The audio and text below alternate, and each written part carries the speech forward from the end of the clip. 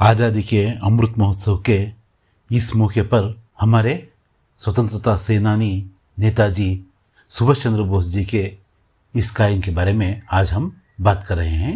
नेताजी का जन्म 1897 जनवरी 23 को मतलब 1897 जनवरी 23 को हमारे नेताजी का जन्म हुआ था।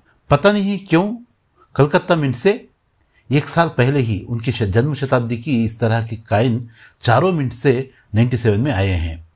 ये हैदराबाद मिंट का काइन है और ये कलकत्ता मिंट का काइन है और ये यहाँ देखो ये यहाँ नोएडा मिंट का काइन है और ये मुंबई मिंट का काइन है। ये सभी 97 में जारी हुए थे। ये सभी आज स्केल लेवल के काइन हैं कलकत्ता के छोड़कर। क्यों बोले तो यहाँ ये सभी काइनों में ज़्यादातर हमें कलकत्ता मिंट के ही काइन देखने को मिलते हैं। देखिए यहाँ भी ये भी कलकत्ता मिंट का ही। कलकत्ता मिंट के ज़्यादा काइन हमें देखने को मिलते हैं।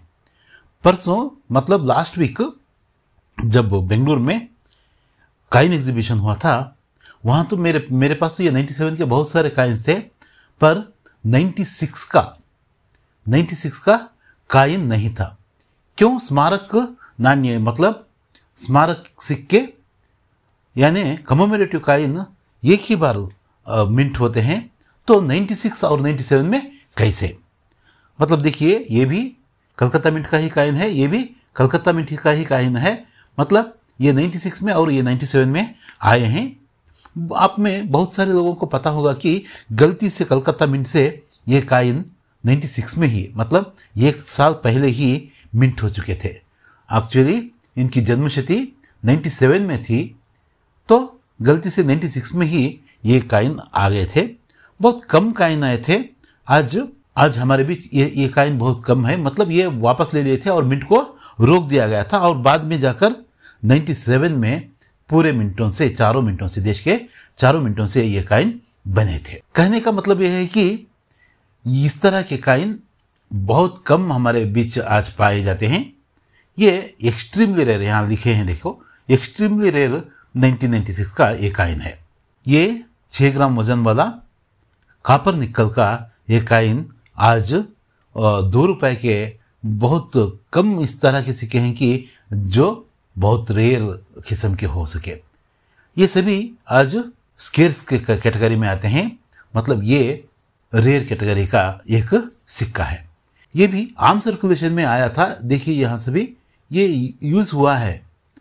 बहुत दिन यूज़ होने के बाद ये वेरी फाइन कंडीशन का ये काइन, उसके बाद ये क्या हुआ, संग्राहकों के द्वारा संग्रह किया गया और किसी डीलर से मैंने लगभग क्या 10,000 में इसको खरीदा हूँ।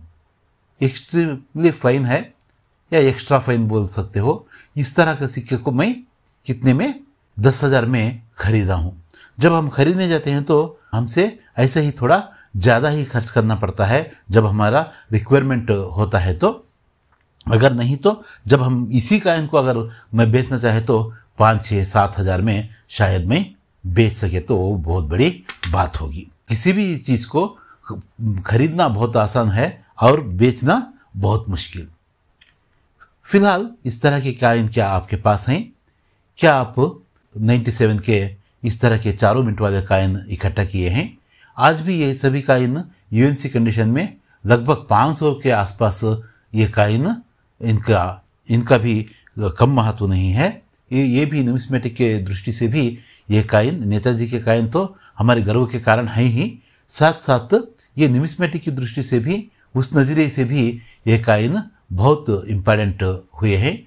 ये भी स्केर्स लेवल में गए हैं। सिर्फ कलकत्ता मिंट के काइन बहुत सारे रहने के कारण ये 100-200 रुपये में ये काइन आजकल न्यूमिस्मेटिक मार्केट में अवेलेबल है। ये क्या मैं 10,000 में खरीद कर क्या सही किया? क्या इससे कम में या ज़्यादा में ये काइन बिक रहा है?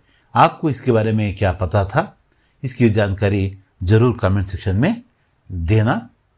फिर एक नए काइन के साथ और नई जानकारी के साथ फिर हम आपके सामने हाजिर होंगे।